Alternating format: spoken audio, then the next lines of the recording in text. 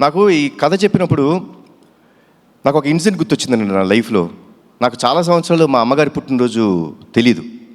నేను almost I think 13-14 years నాకు వచ్చే వరకు మా అమ్మగారి పుట్టినరోజు గుర్తులేదు, తెలియదు అసలు మా ఎవరికి.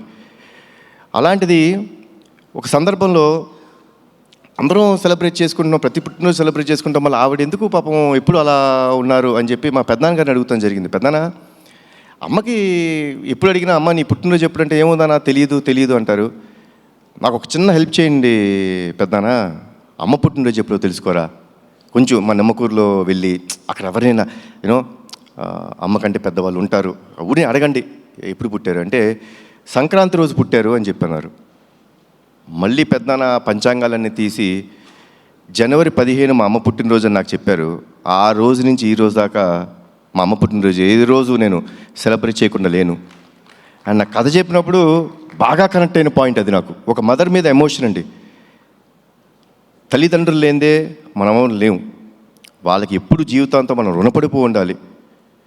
వాళ్ళకి ఏ పని చేసినా అది మనం చాలా గొప్ప త్యాగం చేసామనో చాలా ఎక్కువ చేసామో అని అనుకోకూడదు. అది మన బాధ్యతగా తీసుకోవాలి.